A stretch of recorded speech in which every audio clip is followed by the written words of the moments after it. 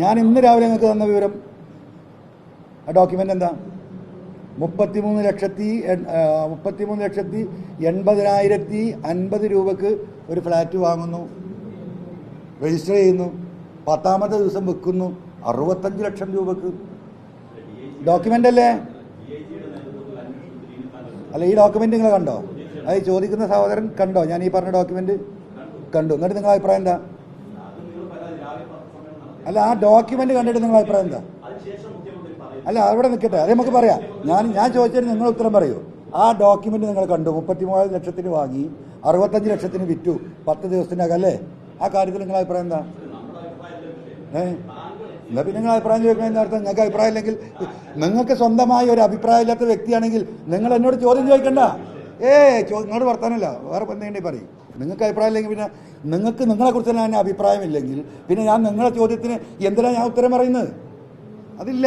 അഭിപ്രായമില്ല, ഇവിടെ ഇരുന്നാൽ മതി. അത് ശരിയല്ല. ഇത്രയും കൃത്യമായൊരു സാധനം ചോദിച്ചിട്ട് നിങ്ങൾ അഭിപ്രായം ചോദിച്ചാൽ നിങ്ങൾക്ക് അഭിപ്രായം ഇല്ല പറഞ്ഞാൽ പിന്നെ നിങ്ങളോട് സംസാരിക്കാൻ I am a fool. I don't want to be a fool.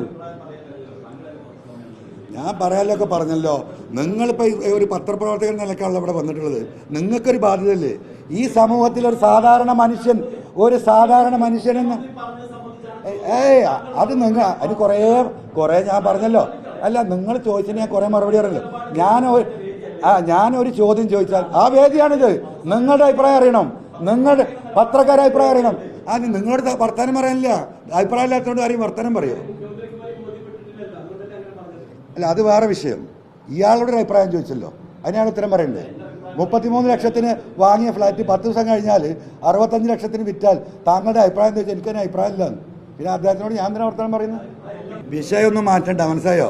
അങ്ങനെ വിഷയം മാറ്റണോന്നല്ല ഞാൻ. നിങ്ങൾ അങ്ങനെയൊന്നും തെറ്റിദ്ധരിക്കണ്ട. നിങ്ങൾ പലരെയും കണ്ടിട്ടുണ്ടാവും. ആ പൂതി വെച്ച് എൻ്റെ മുന്നിലേക്ക് വരണ്ട. അഭിപ്രായം ചോദിച്ചാൽ തിരിച്ചു വെച്ചാൽ അതിന് ഉത്തരവും പറയണം, മനസ്സിലായോ?